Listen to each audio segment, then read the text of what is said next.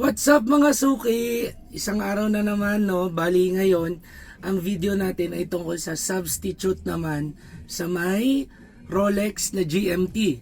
So, ayun, next. Ayun, eto si GMT SSK 033. Ayan. Tawag dyan si Batgirl pero tawag nila Polar. Hindi ko na alam kung ano ba talagang katotohanan dyan, pero yan na yun. Ito, sure ako si Batman to. SSK 003. So, ganun din parang kay Polar, black and blue. Tapos, blue ang face, silver indices. Yan, 003. Ito, si Sprite muna. Yan, si Sprite. Yan, SSK 035. Green, tapos black, silver indices. Ayun. SSK 035. Si Sprite yan. Ito si Pepsi. Tawag nila dito Pepsi US release. SSK 019.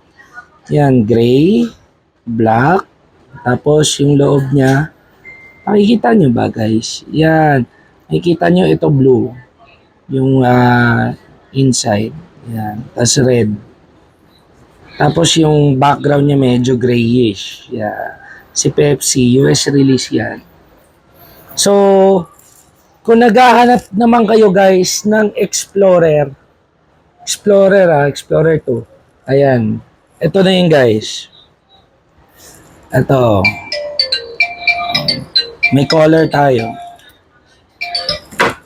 Yan. Ang mga na Explorer 2 ni Rolex. Yan. At saka ito. Si SSK 023. At saka si SSK 025. Ito na leather strap.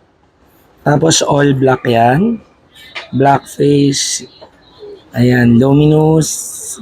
Yan. So next na tayo. Next. Guys, habol ko lang no.